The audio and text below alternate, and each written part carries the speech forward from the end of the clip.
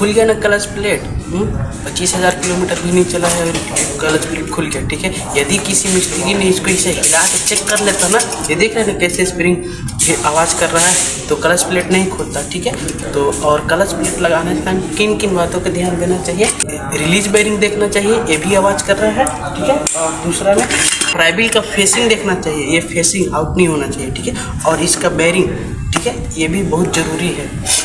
Genuine लाए हैं, ये देख सकते हैं क्लच प्लेट। ठीक है, और ये तो अभी आवाज़ नहीं कर रहा है, ये प्लेट भी हम जेन्युइन लाए हैं। ठीक है, देख सकते हैं, और ये रिलीज बेरिंग भी हम जेन्युइन लाए हैं। ठीक है, तो इन बातों का ध्यान रखें क्लच प्लेट चेंज करते समय।